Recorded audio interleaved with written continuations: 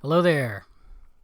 Welcome to Just the Discs. We talk about Blu-rays here and, of course, DVDs as well, especially when the films in question don't have Blu-ray releases at this time. Now, I'm 99% sure everything on this list at the time of this recording does not have a Blu-ray. Now, some of these are pretty relatively high profile. I'm not going to start with those, of course. Actually, a couple of them. But so the point is these could be coming to Blu-ray at some point in the near future, but at the moment they don't have Blu-rays.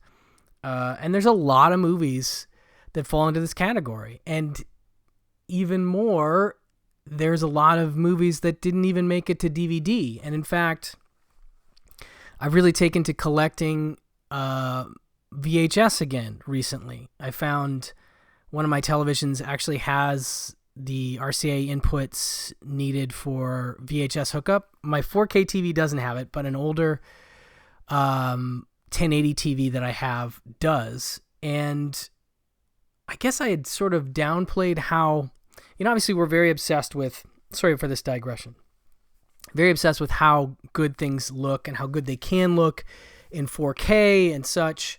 I certainly am, and I always find myself wanting to watch movies in the best available version. And so it's one of those things where when I think about DVD and even and definitely VHS, I'm like, oh, that's just so not going to look good. And I found, interestingly, that VHS doesn't look bad, that much worse than DVD with the RCA hookup on my 1080 TV. So anyway, it's been fun to dig into older, rare movies. And for the Pure Cinema podcast, that's a lot of what we're looking at. And, we're getting close to almost 8 years in. We're more than 7.5 years in on that show. And so I find myself digging into a lot of stuff that isn't available streaming and is only available in some physical format that's not Blu-ray or 4K. And there's just a lot of films there, and a lot of films that are not talked about as much because of availability, I would imagine, in part. So it's fun to do these videos, is my point. Anyway, let me get into this. I'll start with something interesting. This is a movie called Desperate Lives. Now, this is a Warner Archive Collection DVD.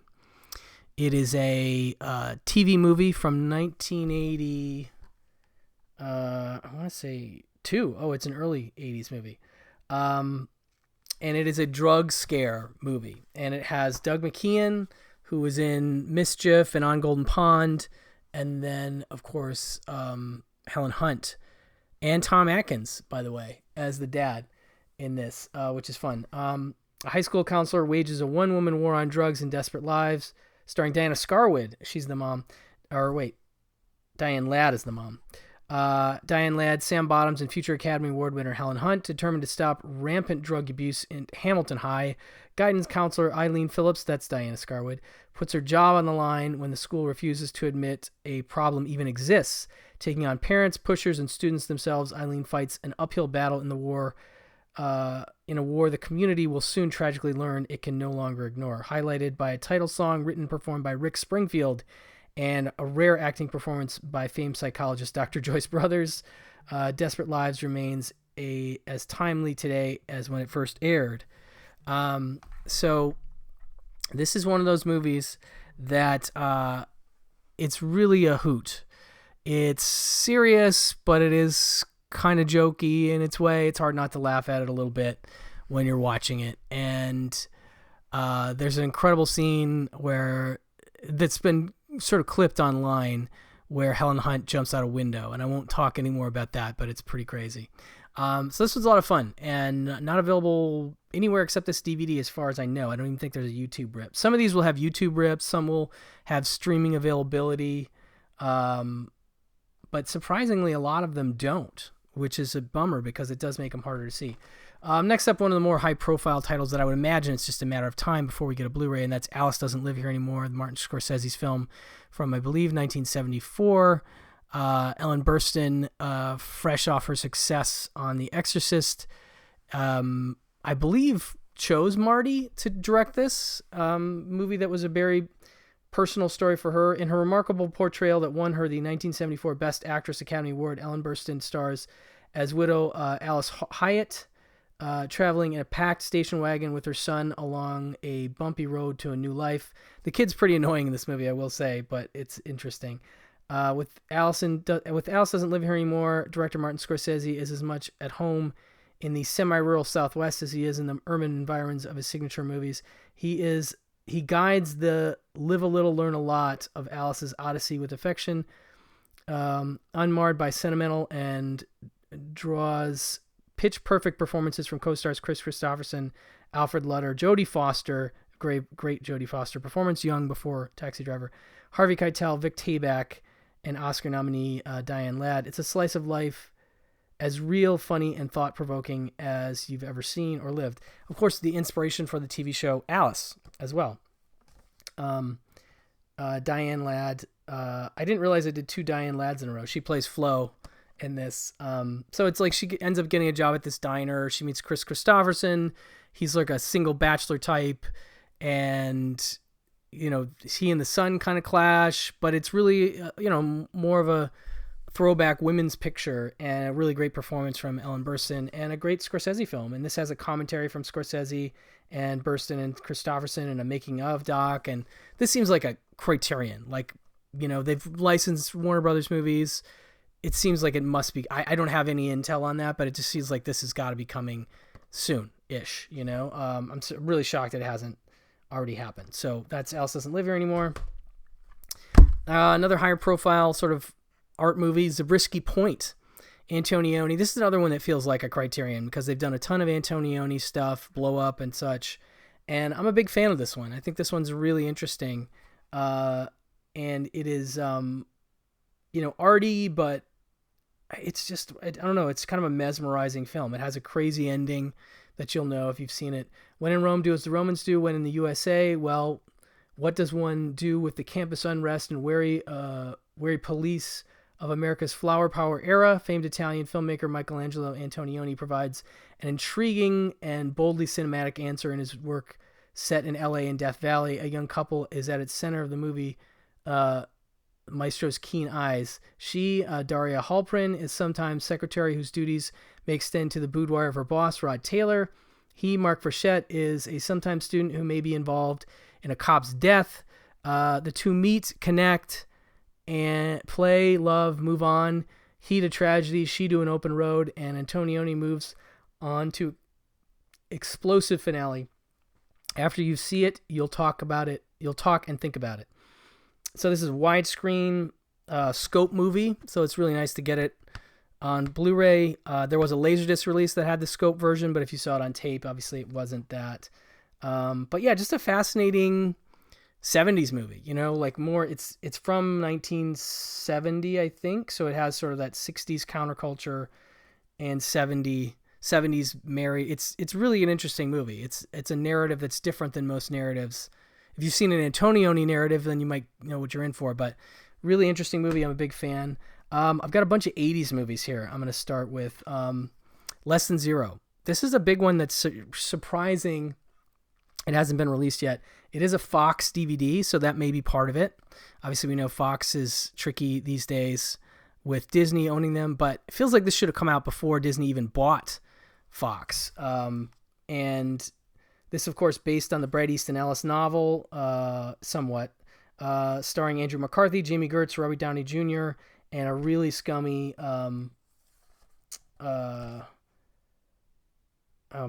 drug dealer, played by, and shot by Ed Lachman. That's the other thing I wanted to mention about this. Shot by Ed Lachman, music supervision by Rick Rubin.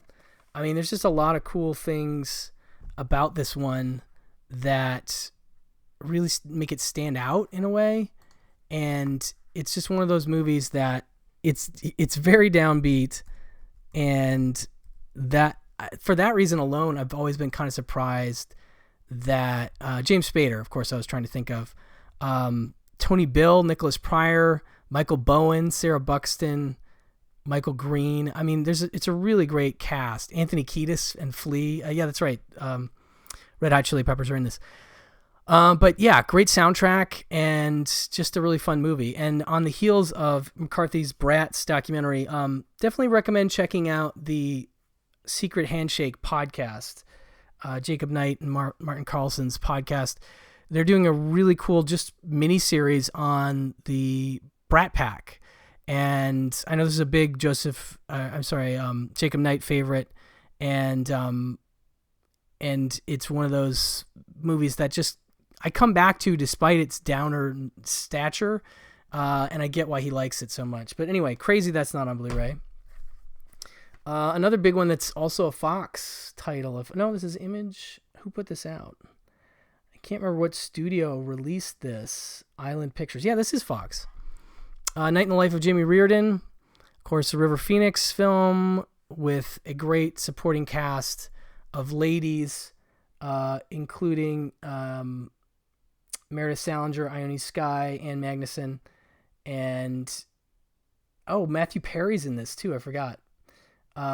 It's the eve of high school graduation, the beginning of the rest of his life, but for Jimmy Reardon, it seems like the end. His girlfriend Lisa is moving to Hawaii. His friends are going Ivy League, and if his father gets his way, Jimmy is going to a very dull all-male business school. Jimmy, however, has other plans for himself. In just 24 hours, he's going to demolish his relationship with Lisa, several friendships, and his dad's car.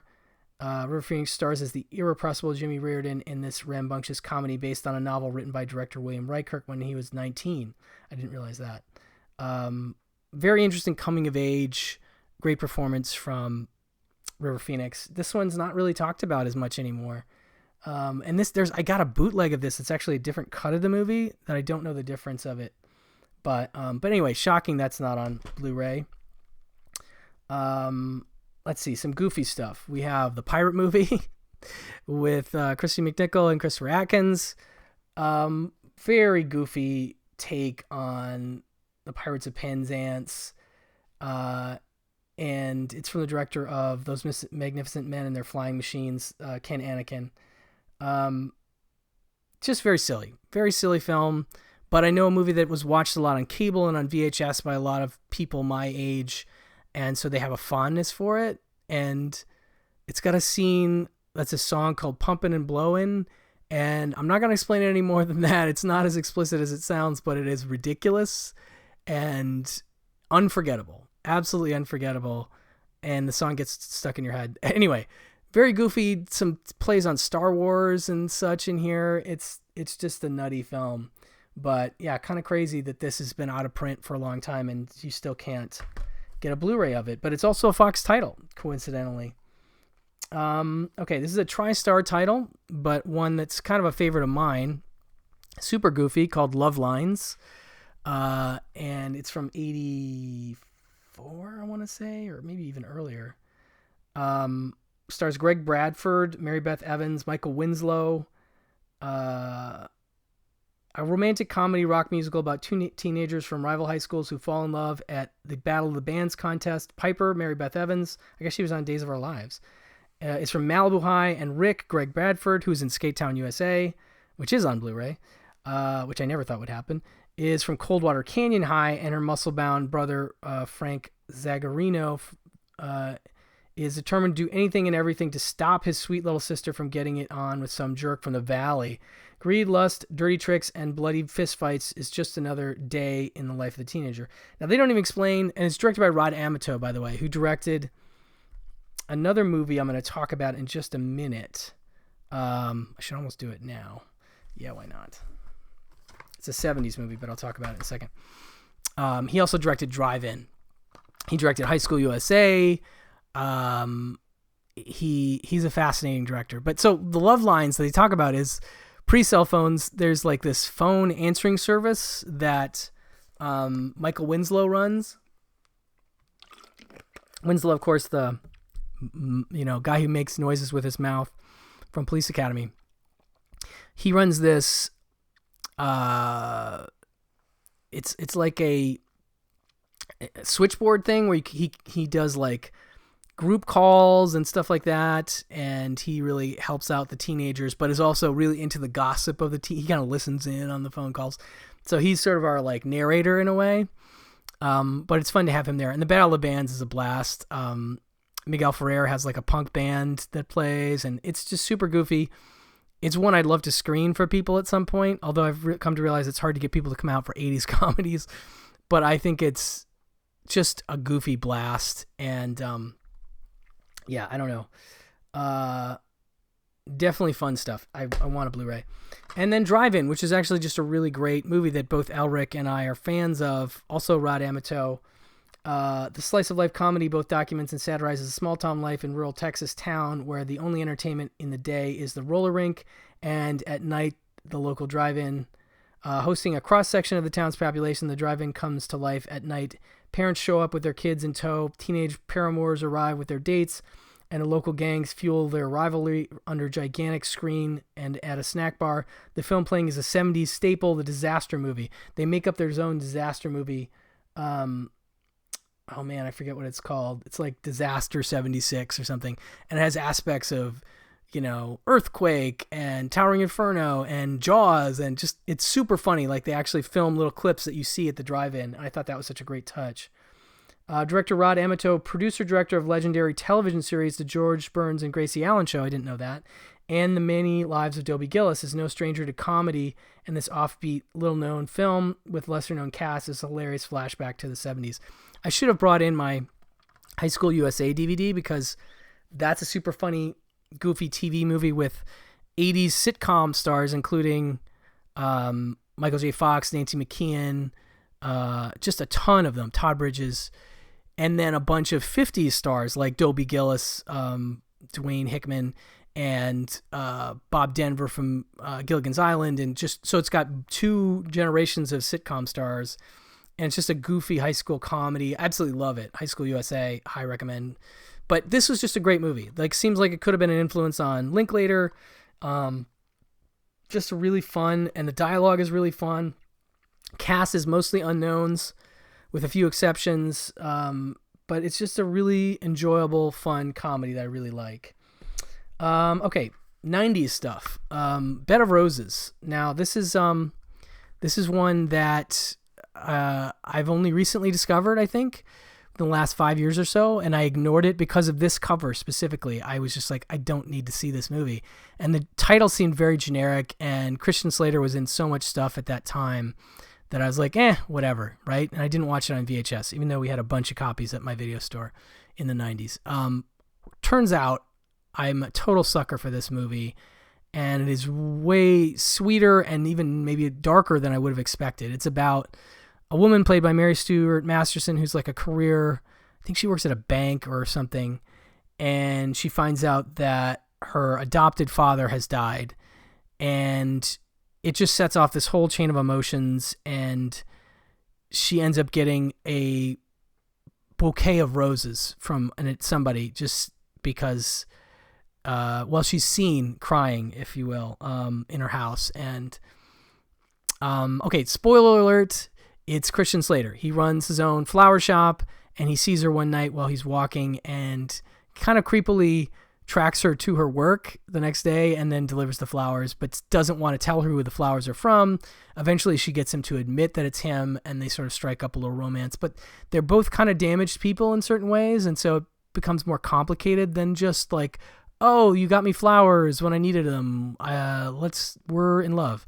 It's a lot more difficult than that. Like, Mary Stuart Masterson's upbringing is a little tricky, and Christian Slater's had some tragedy in his life as well. So it's just a bit more complex and not as straightforward as I thought. And I was really touched by it. So this is on the Roku channel for a little while streaming, but ultimately not really streaming otherwise that I know of. Happy Accidents, really cool sci-fi rom-com with Marissa Tomei and Vincent D'Onofrio that is definitely lesser talked about now. Brad Anderson directed it, and he did like Session 9 and a whole bunch of stuff. He's a really interesting filmmaker because he just has had just sort of a wide range of stuff that's not just horror, which is often the case with some of these directors once they do horror. He did The Machinist and Session 9, but he also did this and Next Stop Wonderland, and just an interesting career ultimately. But it's one of those things that I really dig it. And I like this movie in particular because there's sort of an aspect of mystery to it that, it's kind of like Vincent D'Onofrio's character. Maybe he's sweet, sincere, and from the year 2470. So is he crazy or is he actually a time traveler? And it's one of those things where you don't know. So I'm not going to go any further on this one. I just recommend that you see it. It's really, really enjoyable stuff. Another Sony Choice Collection, Baby Blue Marine. This is Jan Michael Vincent and Glynis O'Connor, who I love from Jeremy and quite a few others. California Dreamin', really one of my favorite 70s actresses. And he plays a Marine who gets kicked out of the Marines, and they put you in this baby blue outfit, and he runs into Richard Gere, who is an actual decorated Marine who wants to get out, and he basically beats him up and takes his baby blue Marine outfit and gives him his decorated uniform, and then he has to go back to his hometown, and he's seen as a war hero, and he's too ashamed to say, actually, I got beat up and this is not my uniform, and he gets sort of pulled into this little town and celebrated by the people there, and is, again, too ashamed to admit his real status. And it's like, will he eventually say something? And even he starts to get involved with Glynis, and it's this whole thing. And there's a Japanese refugee camp that becomes a point of contention. And it's a really neat little movie, and one that's one of the better performances from Jan Michael. And it's way underseen and not really streaming anywhere and needs a Blu-ray. Okay, more, think this is from 2001. But kind of goofy, but kind of fun. Shadow the Vampire, John Malkovich, Willem Dafoe, directed by Elias Merhige. John Malkovich and Willem Dafoe star in this riveting suspense thriller about an obsessive director who's so consumed with the making of the most realistic vampire movie ever, he's willing to sacrifice everything and everyone to achieve his vision. In his quest to create a vampire film to die for, F.W. Murnau, obviously this is based on a real guy, hires the mysterious Max Schreck, also a real guy, Dafoe, to play Count Orlok in its masterpiece, Nosferatu. Murnau introduces Schreck as the ultimate method actor, one who will appear only in character, in full makeup and only at night, but as the cast and crew begin to disappear, appears that Murnau has made a devil's bargain with Schreck. Luminous performances and biting humor. So it's like the true story of the making of that movie, but what if Max Schreck was a vampire, kind of. Very enjoyable, definitely goofy. Has behind-the-scenes featurette, has a commentary. It's crazy this hasn't come out on, maybe it's out outside of the States. But it's a 235 movie, so you got to watch it on this as opposed to tape. I don't think it's streaming. I could be wrong about that. But it's a fun movie, and it's a really fun performance from Willem Dafoe, for sure. Goofy cult movies, The Dark Backward. This is from Adam Rifkin, who's a great cult filmography, Detroit Rock City, a bunch of others. And this is about, it definitely has some influence from King of Comedy. Judd Nelson stars with Bill Paxton and Wayne Newton. And Judd Nelson's a garbage man who works with Bill Paxton, also a garbage man, and he aspires to be a stand-up comedian. And he's terrible. But one day he wakes up, at the beginning of the film, he has like a sort of a boil on his back, and eventually it grows into a third arm. And so he becomes a freak comic with a third arm and actually starts to take off, and it kind of goes from there. But it's a super weird movie, definitely Eraserhead and King Comedy kind of mashed together, but a little funnier, but definitely weird, and a crazy performance from Wayne Newton. This has a cast and crew commentary, deleted scenes, 50th anniversary Q&A with Paxton, Judd Nelson, Adam Rifkin, and Brad Wyman. Blump's squeezable documentary. It's actually a really nice special edition DVD. It's a Sony movie. I can't remember if this one streams. I don't think so. But definitely one of those cult section VHS movies from back in the day when I'd go into a video store. They had Repo Man, Liquid Sky, that kind of stuff. And this would often be in there too. Fun stuff. Okay. Just rewatched this the other day. Who's the Man? Ted Demi's movie with Dr. Dre and Ed Lover. A hip-hop whodunit, as they call it. Also has Queen Latifah, Ice-T, and Dennis Leary. And so Dr. Dre and Ed Lover work in a barbershop. They're not very good at their jobs. Nobody wants to get haircuts from them. And eventually they get recruited for the cops. And then there's sort of a, not Chinatown-esque, but kind of a conspiratorial, like something's happening in their neighborhood in terms of property getting bought up and they're trying to solve it. But I think it's pretty funny. Colin Quinn's in here as well. And it's just one of those that, yeah, I don't think this is ever streamed. It's funny enough and enjoyable enough that I really want a Blu-ray of it. And I don't know. It's New Line, so I guess it's a Warner Brothers thing. I don't know. It's too bad Ted Demi's no longer with us. I would love to hear a commentary from him and Dr. Dre and Ed Lover. Just to get a behind the scenes on this, how it happened. Obviously, MTV is part of it. But it's almost like there's some Abbott and Costello in here. Abbott and Costello as cops in New York. But really a fun cast and a fun film, and one that I really would love to get a Blu-ray of for sure.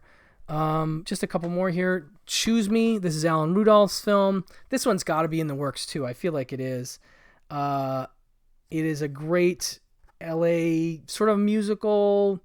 Auteur director Alan Rudolph writes and directs this intriguing, completely spontaneous, and film noirish tale of romantic entanglements set in the hedonistic mid-'80s Los Angeles. All-star ensemble cast including Leslie Ann Warren, Genevieve Bujold, Keith Carradine. Man, there's a ton more. Radon Chong. Music songs performed by Teddy Pendergrass. Anne Love Bujold is a successful on-air relationship counselor. Her popular show, The Love Line, has everyone in LA listening, especially her new roommate, Eve, that's Leslie Ann Warren, who calls in for advice and has no idea she's talking to Anne. But when a stranger drifter, Keith Carradine, enters their lives, things take a sudden, confusing, tumultuous turn in the heart department, forcing everyone to take a closer look at what they really want out of relationships and, more importantly, just who they really are. Definitely want to hear a Rudolph commentary on this one. It's one of his most beloved cult films, and it's really unique. Again, the songs kind of interweave. He does interesting things with music, but it's artfully done, and it's just not like too many films you've ever seen. So really would love a Blu-ray of this. And then lastly, this one is just kind of a weird one. It's Made. Jon Favreau's film Made, which he did after Swingers, which stars himself and Vince Vaughn again, and has a really great supporting cast, including Peter Falk, Sean Combs, Famke Janssen, Faison Love, Vincent Pastore, and they play just kind of like two losers who they get hooked up with Peter Falk, who's kind of a mob guy. Bobby, that's Favreau, is a would-be boxer who just wants to settle down with his stripper girlfriend, Famke Janssen. His lifelong pal Ricky Vaughn is a small-time hustler who dreams of being a mafia hotshot. So when mob boss Max, Peter Falk, offers the two buddies temporary work as out-of-town mafia muscle, the two friends head for New York, where underworld of stretch limos, fast women, and pricey nightclubs. But when Ricky's bumbling attempts to look like a made man ignite a dangerous confrontation with a rival gang lord, it becomes apparent for these two not-so-good fellas that crime definitely doesn't pay, and it could end up costing them big time. It's a really interesting performance from Vince Vaughn, who's like not like his cool self in Swingers. He's like much more awkward, much more offensive and annoying, and he really nails it. And it's really funny, and it's just one that I'm really shocked hasn't made it to Blu-ray. This one is streaming, I believe, but here we have a commentary with Favreau and Vince Vaughn, which I want to listen to. An actor telestrator illustrated commentary with Vince Vaughn where they draw on the screen, deleted scenes, outtakes, 3 documentaries on the making of it, creative process, getting it made, production notes. This is early on for Favreau, and I just love, he's obviously a big deal filmmaker and creative force now. And this was just early on, and I really would love to get behind the scenes. And I think I did when this first came out, but I don't remember it, so I need to go back. Just kind of shocked, though, that this one hasn't come out. Really enjoyable film. Anyway, that'll do it for this round. I've got a lot more to talk about. I may even do a VHS series. You guys let me know if a VHS, rare VHS movies, not on DVD or Blu-ray, is something you'd be interested in, I may be doing that in the future as well. Anyway, thank you so much for listening, and I will talk to you soon. Bye-bye.